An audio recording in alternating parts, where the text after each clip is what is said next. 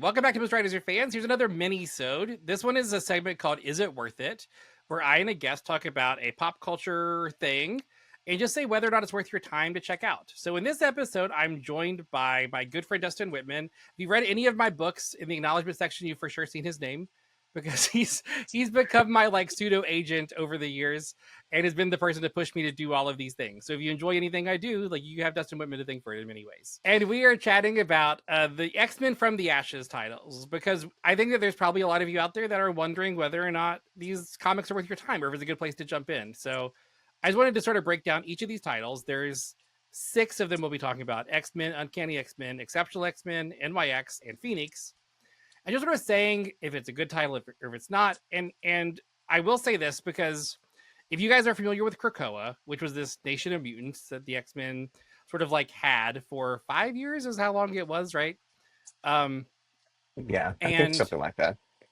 it was like this long era in the X-Men history, and it sort of like fell editorially, but also in the story because they wanted to do something new. So we want to acknowledge that, but the way that we're going to do that is we're going to have one set of criteria that we talk about whether or not this is a good book. Then we're going to have another set of criteria where we just say, was it worth it? Like, was Krakoa Falling worth this title existing? Because I don't think it's worth, because I think that both of us have feelings about it, and we're going to want to put those into our reviews. And I feel like it's not fair to those books to put it into those reviews. So we're just not going to, it's going to be a separate thing that we acknowledge, but it's not going to be like the whole thing we talk about. All right. So first up is X-Men. This is written by Jed MacKay. And guys, I'm going to say the writers' names. I'm not going to say the artists' names. Artists are fully great and relevant and important creators in comics. So I want to acknowledge that. I'm a writer and I acknowledge writers. So like, I just don't pay attention to who the artists are. So first up is X-Men, written by Jed MacKay. So this book is sort of about a team of X-Men led by Cyclops, set in a Sentinel factory that they've sort of like has been in disrepair, that they've like been building up to build like a sort of like a commune for mutants is the sense that I've been getting. And they've been kind of like fighting the government. There's this storyline about like adults getting their X genes activated and becoming mutants later in life. That's kind of like the big thing, is like, is mutant contagious? And is like that a thing that's happening? So Dustin, I'll let you sort of start about like your feelings. Like, how do you feel about, do you like it? Do you not? Like, what are the things that stand out to you? I told you before, but I'll say it again on here that I am a little bit behind on my X-Men comics right now because it's been a little bit of a struggle of me to keep interest, or for me to keep interest in these issues since Krakoa ended. And I mean, this one is the perfect example because it's like, yes, it pulls from the Morrison era, especially with like Quentin Quire, pulling like let's just take Quentin Quire from Grant Morrison comics and put it directly in this and completely ignore him any growth that he had in Krakoa. And so it's like, it seems like Jed MacKay just skipped over a lot of the Krakoa era, if you read any of it at all. And frankly, if he's pulling from Grant Morrison, which you're right, Quentin feels very Grant Morrison. He's not just skipping Krakoa; he's skipping like the Schism era, the Yeah. like Jean Grey School for Mutants. Like, they're skipping a lot of Quentin's growth, and you're right. Utopia. Like it is frustrating. I just that's one of the comics that I'm just like, I don't know if I'm going to continue reading this one, to be honest. Yes, I do think that it does feel X-Men, which I think is an important factor in this stuff. Like Yeah, there's a lot of the like mutant racism metaphor, like the mutant prejudice is very clear in this title. But I think what I agree with you on is I feel like this book does a really bad job of, with the exception of like Cyclops and uh, Beast. Almost every other hmm member of this team feels like just a slotted in person. Um, yeah, and that's sort of frustrating because he has a lot of cool members like Alana, like Psylocke, like ID. I love all those characters, and they kind of feel like they could be anybody. and And it's especially frustrating because I think in a lot of ways, Quanon, Psylocke kind of is that, because like Quanon hasn't had a ton of development over the years because she's only recently been split with Betsy. Yeah. And I would love to see more development of her, but she kind of feels like she's just the psychic that's not Quentin on the team and not like someone of her own character. And that I feels think like a problem. that's probably because most of her development since, she became her own person again was in Krakoa. Krakoa, yeah. So it's like, oh yeah, didn't read any of Probably that. So it's probably like, oh all well. probably all McKay knows of Psylocke is when she was actually Betsy, not actually Quanon. Yeah, he's probably writing her as Betsy. Yeah. It's like- I feel like I know both of our answers to this, but was Krakoa worth following for this title? Absolutely not. Yeah, I would say no. Because I feel like a lot of things they're doing in this title they could have done in Krakoa. Like the things he's trying to do, the stories he's trying to tell, I think you could have told in Krakoa. And it, So it would have made, just no sense then, just like it makes no sense now. So yeah, like but I think the idea of like the overall main story of like the adults getting their X genes activated, that's a thing that could have happened in oh Krakoa, yeah. and, Yeah, and like definitely. investigating that and like that sparking a new prejudice in mutants. All of those things could have happened during Krakoa, and it would have been as interesting as it is in this book. So like I don't think it Yeah, was worth it because I don't think we could have. I think this book could have existed in Krakoa. So that's the thing that is like 100%. frustrating to me.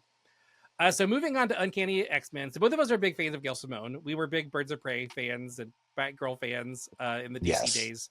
Um, and Uncanny is this team led by Rogue, and it's a very like family title, I would say. Like with Rogue and Gambit, who are married. Her brother Nightcrawler is a main character in it. Wolverine is one of the main characters. Jubilee is in it, who's sort of like this adopted daughter of Wolverine in a lot of ways. So there's a lot of like family aspects of this book that are interesting. And the crux of this title kind of feels like there's this new set of mutants that they've been stuck with, and they're trying to figure out how to like train them in a way that would honor Xavier in this new world. And then also there's an overarching sort of like grief element with the loss of Krakoa, which I really appreciate. So what do you think of this title, Dustin? I I like this one. I like Gail Simone. I think that she is, I mean, she's an amazing writer. And I think that she cares about the characters. I also think that this is you know, very much designed to draw in people from like X-Men 97. Because it's like, Yeah. oh, look, here's all these characters from this cartoon you grew up with that just had the revival.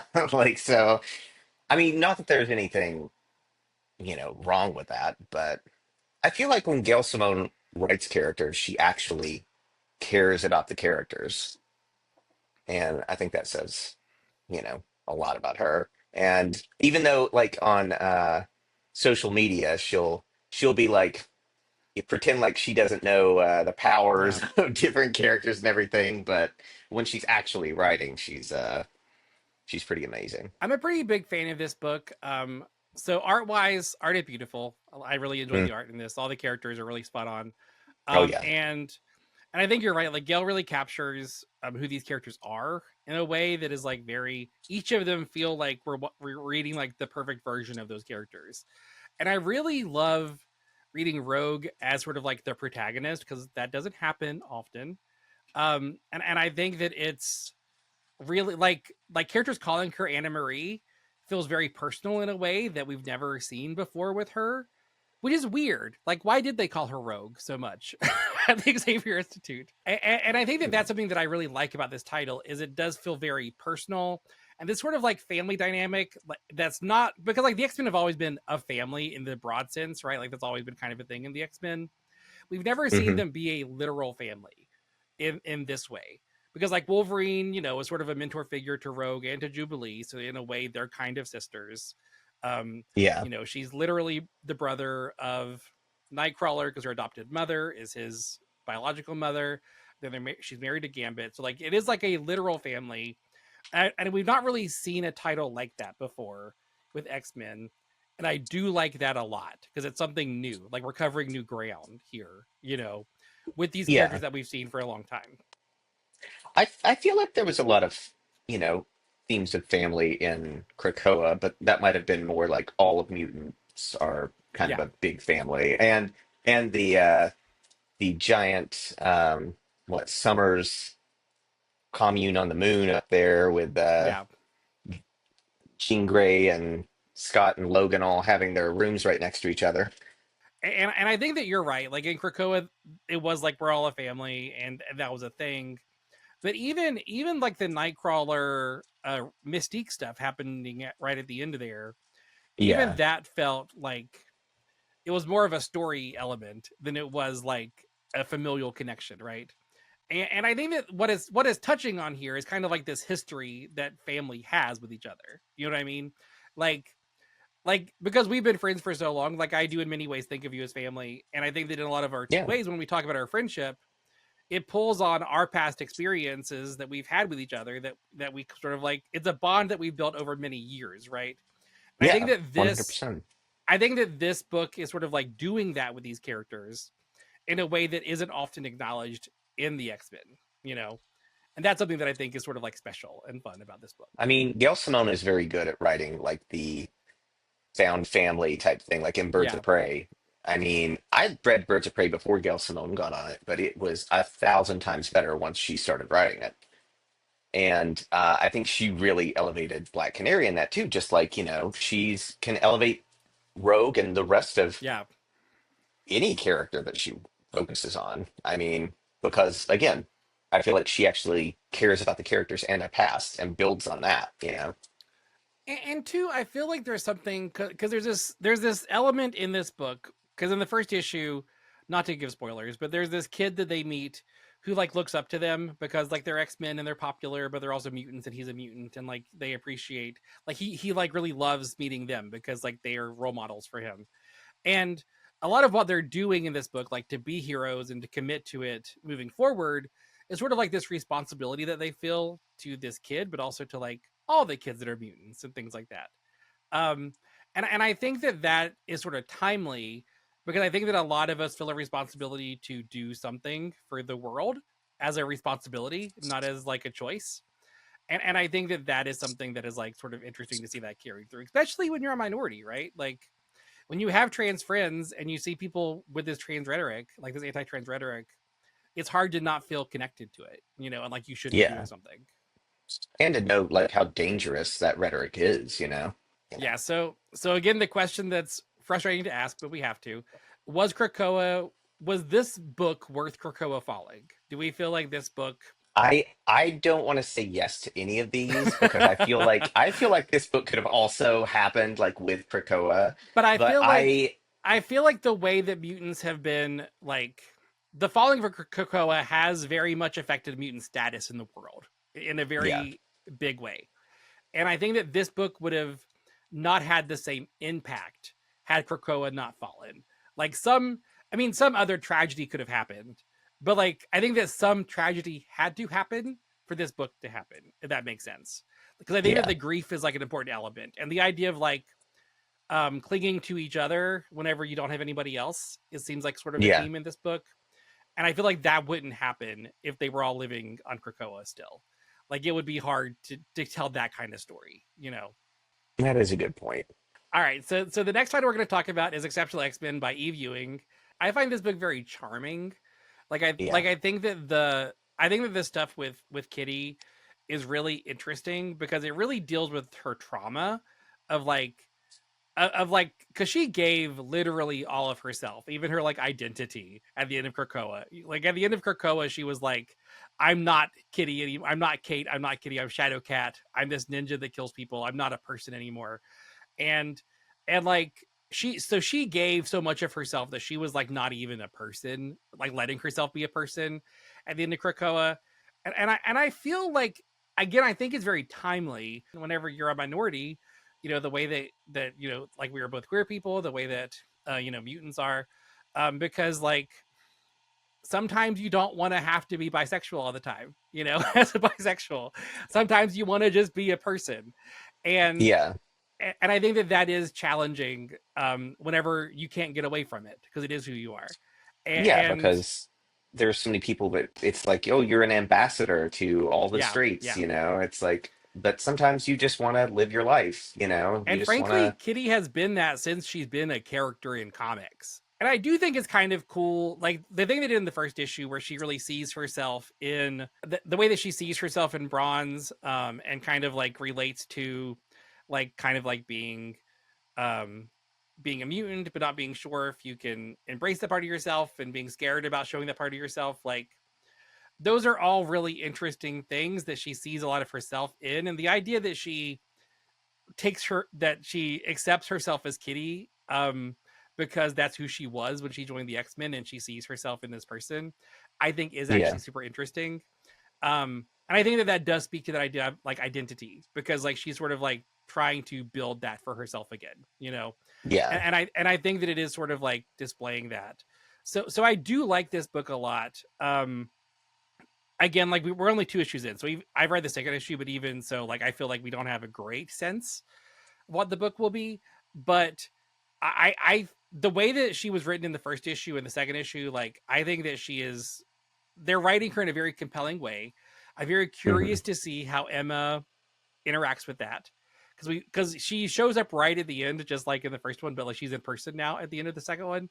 So we don't get I, to see a lot of I was her. gonna, I was gonna Um, ask, like, is there yeah, like more Emma in the next yeah. one? So, Yeah, okay. she shows up at the end.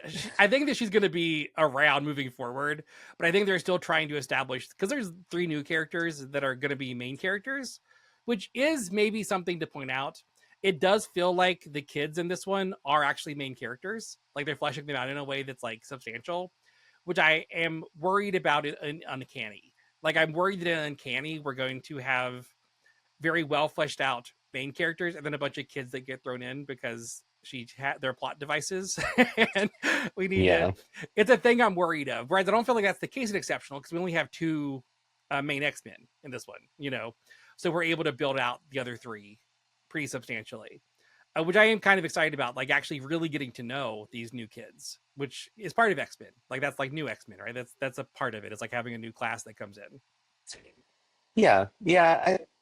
I feel like you, well, the one issue I read of this, I felt like, yeah, they did really build up Bronze's character pretty well in that. And they kind of gave a reason for Kitty, even though it's like, exhaustion and all of this wanting to just leave it all behind. And it's one of those, trying to leave, but getting pulled back in because Yeah. when push comes to shove, she's going to do the right thing. So, Mhm. I mean, that's just who Kitty is. I still want to call her Kate, but yeah. Was Krakoa worth following for Exceptional X-Men? I'm gonna say no. I like this book, but I feel like they were doing a really good job with Kitty as Kate in Krakoa. Like I feel like they fleshed her and Emma out a whole lot there. So I mean, maybe for having the new kids, we'll see. But like as far as like Kitty and Emma goes, I think this is a good fleshing out of them in a Yeah. different way. Well, at least to Kitty, but I feel like those were characters that were pretty well covered in Krakoa. I think they Yeah, they weren't ignored. the only thing I would say is I feel like the way that they're telling Kitty's story right now specifically would be Hmm. hard to do during Krakoa, because, like she was in it, she was like the idea of like trying to get away from your responsibility. I don't see Kitty doing that on Krakoa. Like she wasn't really in that mindset. Yeah, And I feel like for her, and again, this is why I think this book is maybe really good, is for her specifically, the stuff that happened for her at the end of Fall of X led to this. You know what I mean? Like it's yeah, directly leading to this. And it's a thing that at least they're sort of like pulling from the Krakoa stuff, which I yeah. think makes it a bit more worth it. Because at the very least, like they're acknowledging like her character stuff, which they're I not doing with a lot of these characters.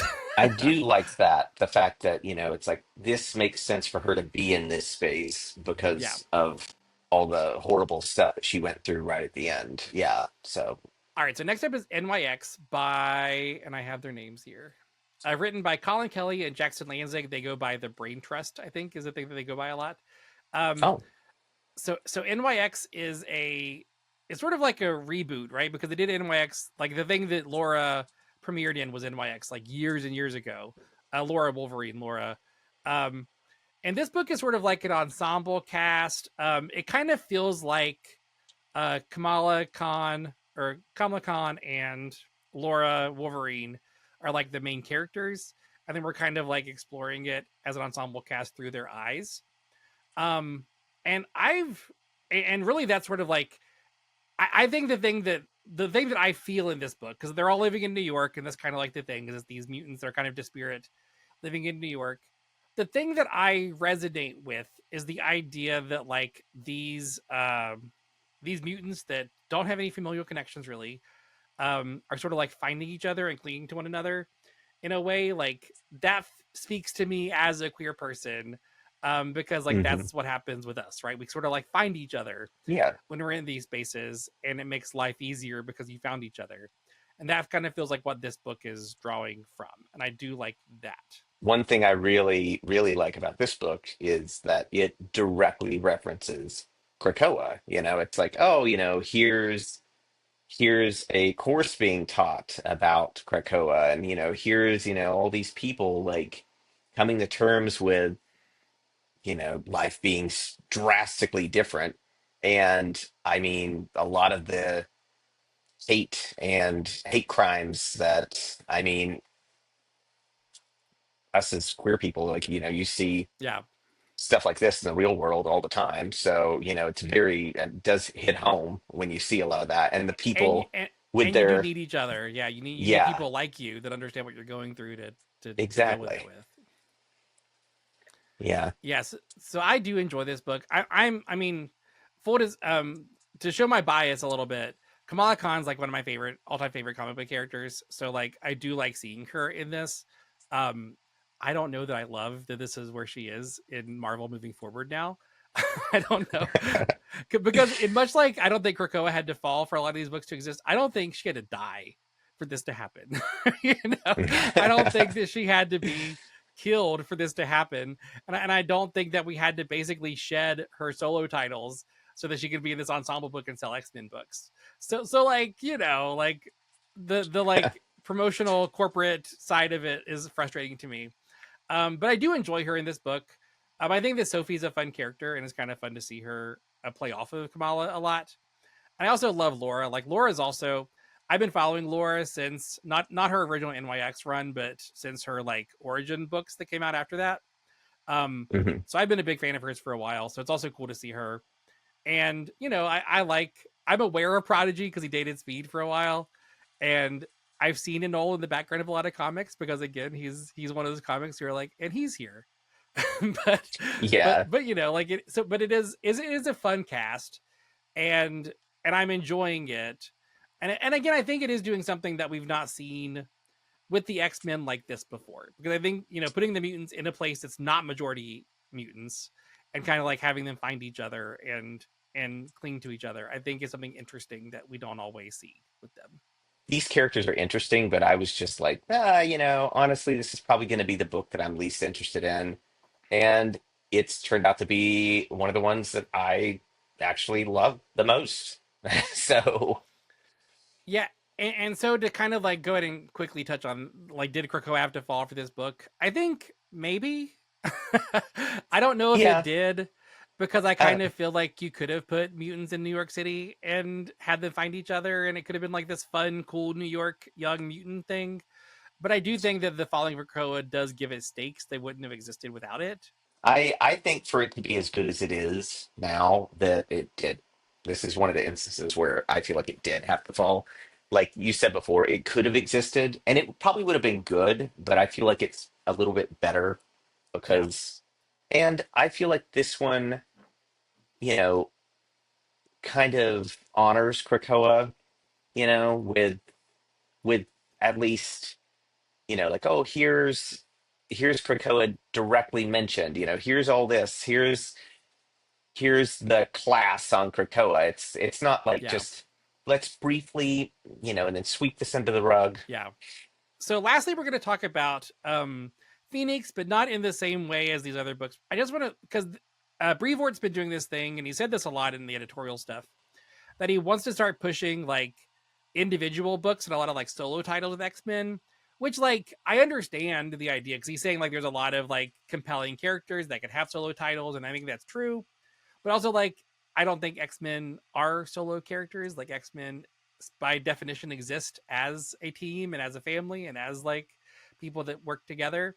And so I'm just sort of curious about what your take is on that because you know, like I have varying feelings. Yeah, I feel like there's some characters that it kind of makes sense for, like I've been enjoying the Phoenix comic. I love Jean Grey, so getting to see that kind of like Yeah. unrestrained power, it's like, okay, And this I have been reading Dazzler. I think Dazzler is fun, and the thing that I like about Dazzler is that it's not a solo comic really.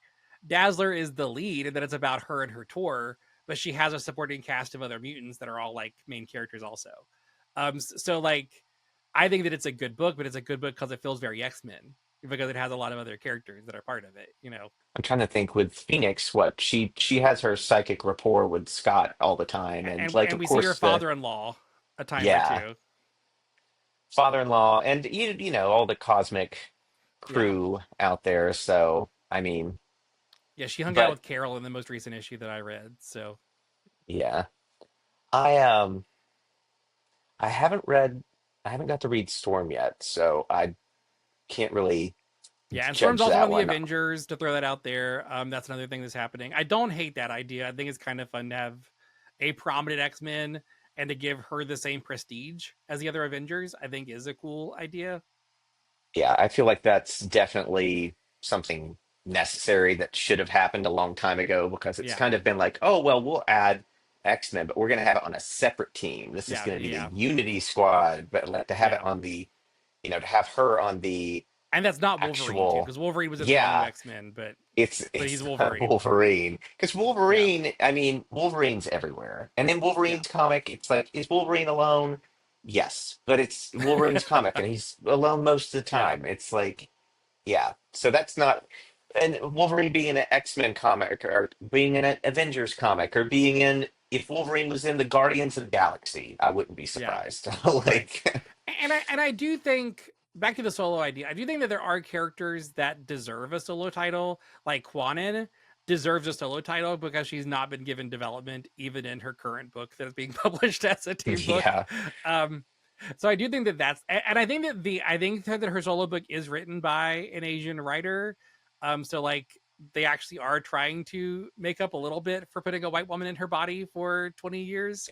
yeah, So so like I think that there is a reason for that. So like I do see that. I think that minis make more sense, which I don't know if they are or not, but I think that mini series would make a ton of sense for solos.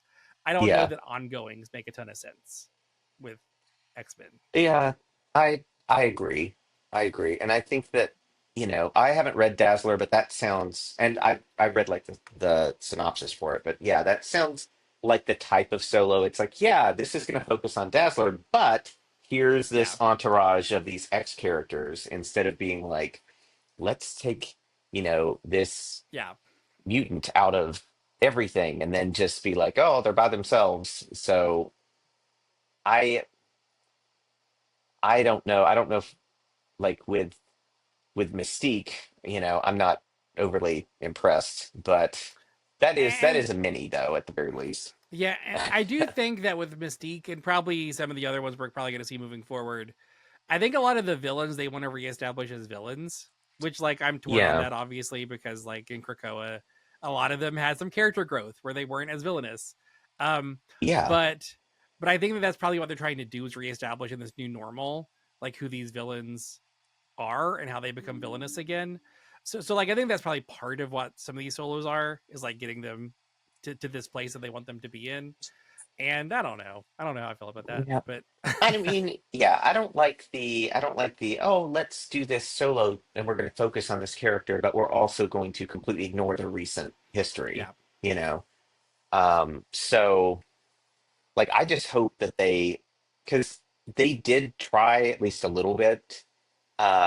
and what was the Krakoa title? Fallen Angels, I think, Yeah, and yeah, with Quanon and yeah, to like Kid Cable really and Laura were in that one. to, and then she moved on to I can't think of the other one. It had the Hellions. It was Yeah, Hellions, yeah, yeah, and so they kind of went with that a little bit more. I think it had to do with her daughter, her deceased daughter, and it's like they really went into her history with some of this, and it's like okay, and now we get the X-Men comic where it's like this didn't happen. yeah, And so I yeah, hope with her book, they're like, hey, we're going to reference some of this, yeah, really traumatizing stuff that happened to her during Krakoa, and just not yeah, ignore it or not be like, oh, well, we're just going to pretend like this, character, like a lot of these other books are doing, yeah. is from, 10, 20, 30 years ago. Yeah, so So, that's sort of our verdict. So just as a quick recap, X-Men we both sort of hate. Uncanny yeah. X-Men we both kind of love. Exceptional we both like. We see have potential in. NYX we both Mhm. really love. Um, and Yeah. then the solo titles we're a little mixed on. But I think that that's par for the course with solo titles in general. So if you enjoy X-Men, here's sort of like our take. I think is it worth it? I think some of these are. I think some of these aren't. But I do think it is a good jumping on point. I think if you cared about Krakoa, I think that specifically Uncanny Exceptional NYX are all things that you will see something in. And I think that Yeah. watching the characters grieve will help you grieve a little bit. I can say that's true for me. I've gotten a lot out of like watching them kind of like grieve. Um, and I think that those titles specifically are good for that. Like you are kind of like seeing them deal with the loss of Krakoa, which is important. Yeah. If you like Krakoa, then maybe comics like X-Men might just make you angry. Yeah, So yeah. All right. So thanks so much for listening, guys. Talk to you later.